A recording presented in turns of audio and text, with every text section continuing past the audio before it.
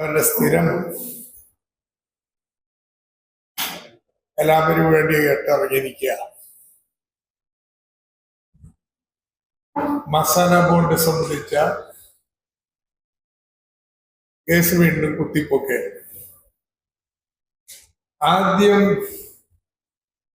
ഇത് സംബന്ധിച്ച നോട്ടീസ് വരുന്നത് 2020 തദ്ദേശ ഭരണ സ്ഥാപന തെരഞ്ഞെടുപ്പ് കാലത്താണ്. പിന്നെ നിയമസഭാ തെരഞ്ഞെടുപ്പായപ്പോ ഉച്ചസ്ഥായിലായി. പിന്നെ ഏതാനും മാസം നിശബ്ദതയ്ക്ക് ശേഷം കഴിഞ്ഞ ലോക്സഭാ ഇലക്ഷൻ കാലത്താണ് വീണ്ടും നോട്ടീസ് വരുന്നത്.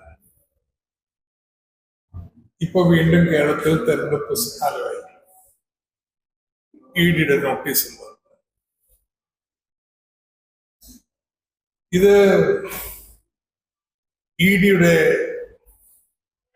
BJPക്കും UDFനും വേണ്ടിയുള്ള തെരഞ്ഞെടുപ്പ് പ്രചരണത്തിന്റെ ഭാഗം.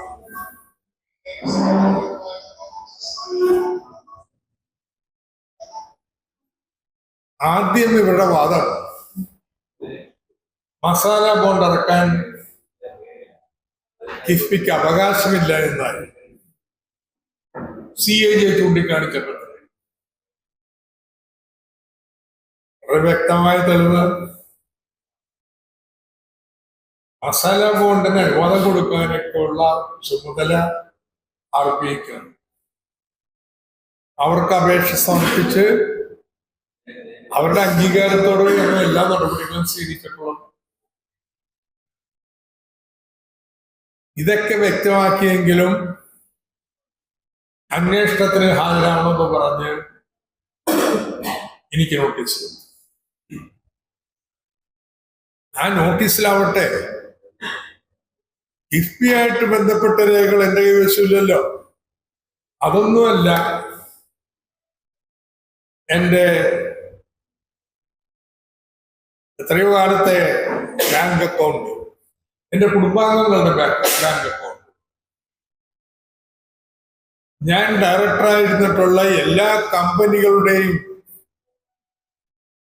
വിശദാംശങ്ങൾ, അവരുടെ ആനുവൽ റിപ്പോർട്ടുകൾ, ഇതൊക്കെ എന്തിനാ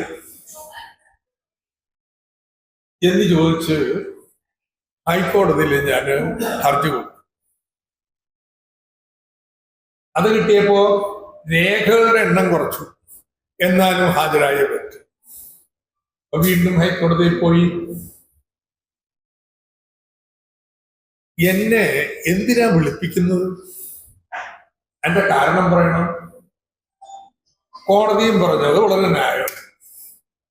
എന്ത് കാരണത്താലാണ് അദ്ദേഹത്തെ വിളിപ്പിക്കുന്നത്?